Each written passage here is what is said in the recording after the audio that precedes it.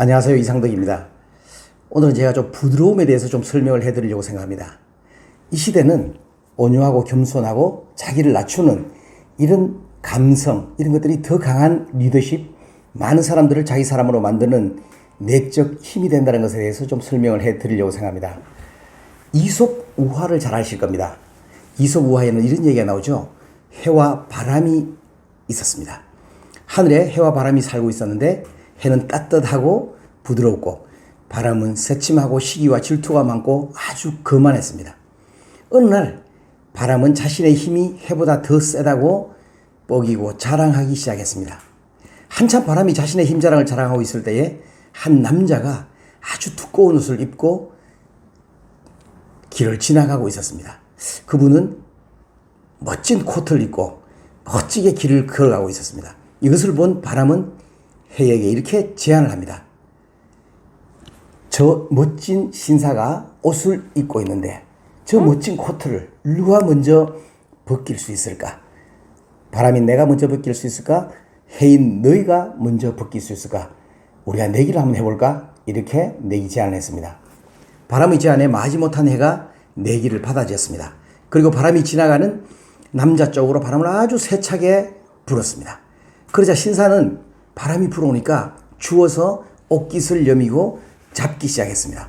바람이 더 세게 불었습니다. 왜냐하면 옷을 벗기려고 바람을 많이 세게 부니까 이 신사는 옷을 더욱더 세게, 더욱더 세차게 옷을 잡고 있었습니다. 왜냐하면 바람에 날아가지 않고 또 추위에 떨지 않기 위해서 바람이 더 세게 잡았습니다. 그러나 바람은 안간 힘을 써서 바람을 더 세게 밀어붙였습니다. 그러면 그럴수록 이 남자는 이 외투를 더 꽁꽁 싸매고 또 돌풍과 소용돌이를 막 쳐서 바람이 불었지만 남자는 외투를 벗기는커녕 오히려 그 추위에 견디고 추위에 이기려고 외투를 아주 강하게 부여잡고 놓지를 않았습니다. 바람은 결국은 그 신사의 옷을 벗기는데 실패했습니다. 그러나 이제 해가 자기 차례가 되었습니다. 해는 곰곰이 생각합니다. 바람이 저렇게 불어도 이렇게 그 신사는 옷을 벗지 않았는데 그럼 나는 어떻게 해야 될까라고 생각하면서 해가 바람을 뒤로 제치고 내가 한번 해보겠다 그러면서 앞으로 나와서 따뜻한 햇볕을 살살 내리쬐기 시작했습니다.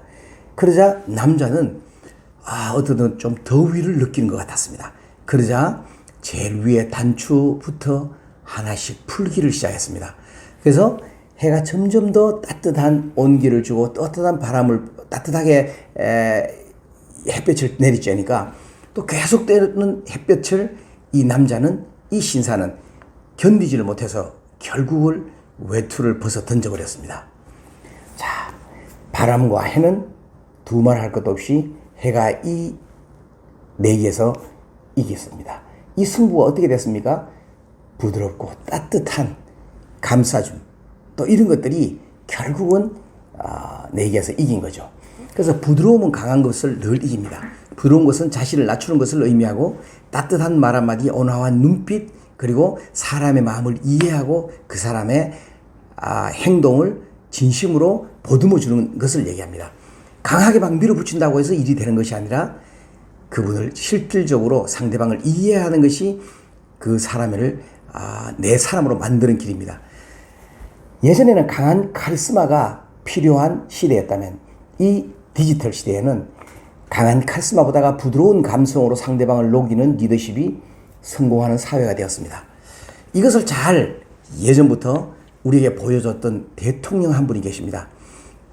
미국 대통령 중에서 부드러운 사랑을 실천했던 링컨 대통령은 참 수많은 우리에게 후세의 본을 남긴 대통령 중에 한 분입니다. 정말 훌륭한 대통령이었죠. 미국 역사상에서 흑인 노예를 해방하는 일도 했고 남북 전쟁을 승리로 이끌었던 최고의 리더십이었고 항상 부드럽고 온화했습니다.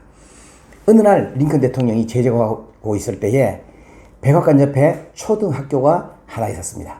링컨 대통령은 가끔 일을 하다가 잠깐씩 쉴 때면 초등학교를 내다보며 그 창가로 자기의 어린 시절을 회상하고 했습니다. 그런데 어느 날 학교에 뛰어노는 아이들을 보고 있는데 아이들이 웅성웅성대며 큰 소리가 나는 것을 보았습니다. 링컨이 창밖을 내다보니 한 소년이 몇 명의 아이들에게 둘러싸여 울고 있는 것이었습니다. 아이들은 이 아이에게 가난뱅이야,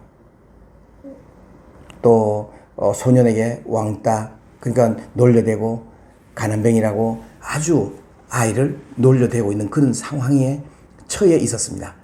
사실 그 소년의 아버지는 남북전쟁에 참여했다가 그만 목숨을 잃고 어머니 혼자서 이 아이를 키우고 있었고 생계를 유지하기 위해서 직업도 없이 청소부로 일을 하고 있는 상태였습니다. 선생님이 내일은 학교 올 때에 깨끗한 복장과 구두를 깨끗하게 광이 나게 반질반질 닦고 등교하라고 했는데 이 소년은 구두가 너무 낡아서 광을 낼 수도 없고 깨끗한 것도 없습니다.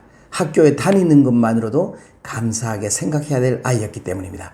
이 사실을 안 링컨 대통령은 가난뱅이라고 놀림받던 소년에게 선물을 해주기로 했습니다.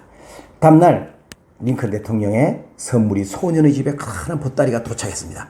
대통령이 보내신 큰 보따리를 풀어보니 그 속에는 가족들에게 필요한 식료품과 또 여러 가지 옷까지 선물들이 담겨 있고 물론 이 소년이 입을 새 옷과 새 구두가 그 안에 포함되어 포장되어 있었습니다. 소년은 너무나 감사하고 너무나 기뻐서 또 감사하게 생각하면서 새 옷을 입고 또 구두를 깨끗하게 닫고 그 다음날 등교를 했습니다. 모든 아이들이 이 가난뱅이 아이가 새로 그렇게 옷을 입고 온 것을 보고 눈이 휘둥그레져서 깜짝 놀랐습니다. 자, 학생들은 이 사실을 알게 되었죠. 링컨 대통령이 이 아이에게 정말 멋진 옷과 이런 것들을 선물했다는 것을 알게 되었습니다. 그러고는 그 뒤로는 이 아이를 놀리고 또 이 아이에게 더 이상 왕따를 시킨다든가 해를 가하지를 않았습니다.